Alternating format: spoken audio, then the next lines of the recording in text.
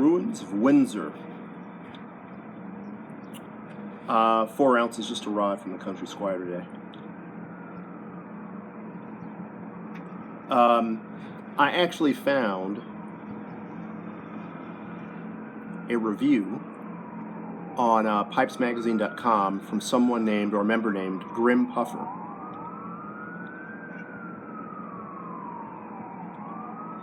Regarding the ruins of Windsor, and I quote, "This is a new permanent staple of their non-aromatic line, described as being a naturally sweet and tangy blend of golden Virginias, flu-cured Virginias, burley, Turkish, and Louisiana Perique."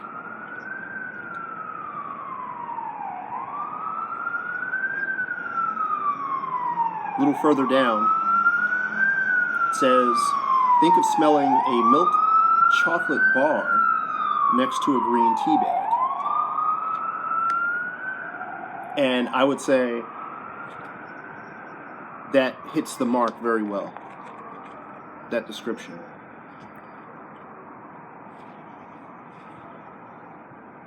Furthermore, upon opening, in his case, or this person's case, the 2-ounce bag, you would second guess if this is really a non-aromatic. I was immediately hit with cocoa, herbal tea, and maybe a hint of bergamot. Precisely. I ordered it, and I didn't remember it being an aromatic, but yeah, I got this, ever-present milk chocolate pouch note. And as I looked, I said, okay, maybe there's some black Cavendish in there, but at a closer look, no.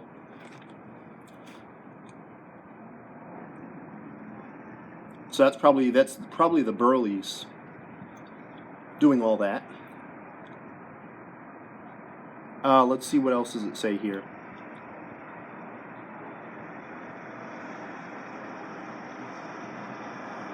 And I would also concur, it's really good and it's perfect.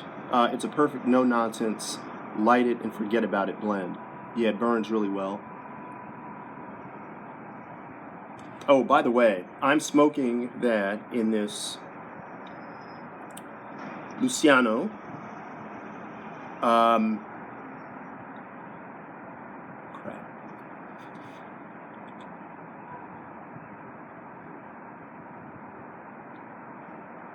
I forget, is this technically a Canadian?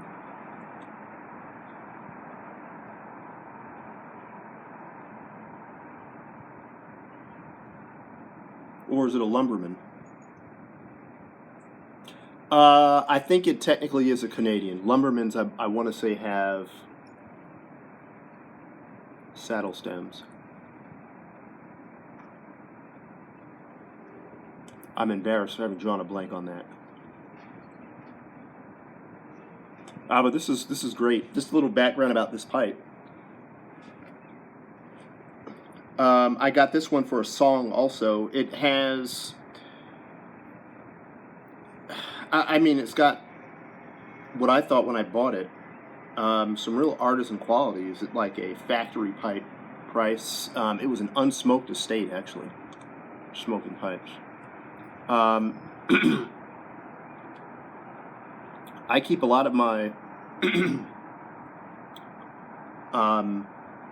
like my invoices and whatnot, especially from smoking pipes, because a lot of that it's come in handy, especially having the product numbers available, because for my cataloging I can actually go back to any of my, at least my smoking pipe purchases, do a search on the product number from the invoice, and get back to the sold page so I can get all the data points, all the pipe dimensions and whatnot. But anyway,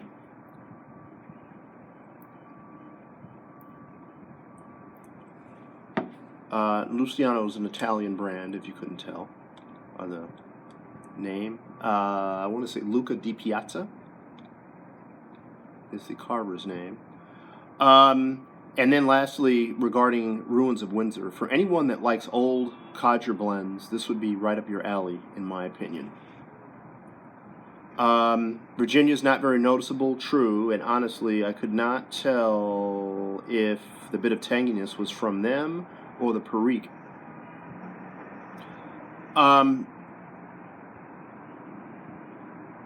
It's a good point. Like I said, I feel like those components really hang out in the background playing hide and seek. If you look for them, you will find them, but if they weren't listed, I doubt you would say you've noticed them at all. And I share his opinion. There has to be some sort of topping on this, though it doesn't interfere at all. It's just one of those that once you have a bag in hand and smell it, you know it's there, and I feel it complements the blend instead of distracting from it. And I imagine he's probably referring to whatever that milk chocolate, cocoa, or whatever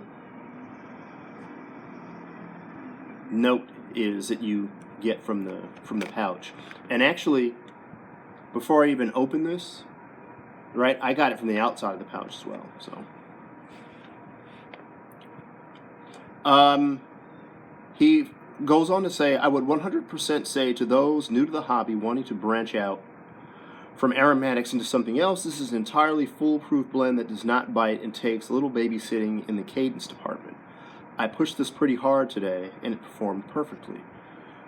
And then lastly, for those of you who have been around the block for a while, again, I still can't recommend this enough. It will remain a staple in my cellar and will be something I gravitate to when I just want something I know will be good and I don't have to think about, or something for the road or when out fishing or hiking.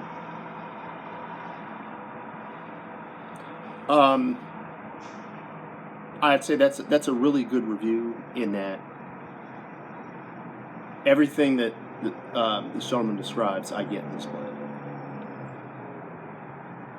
You know, in the experience, in the pouch note, the whole thing about, you know there's something aromatic there like chocolate, but you don't actually get it. You're looking for it here, but you don't get it. But whatever it is, right, that topping, it doesn't distract at all. So I would say check out the review or the reviews on tobaccoreviews.com. Again, it's Ruins of Windsor. And then check out Grim Piper's assessment of that on pipesmagazine.com. Thanks for watching. Talk to you soon.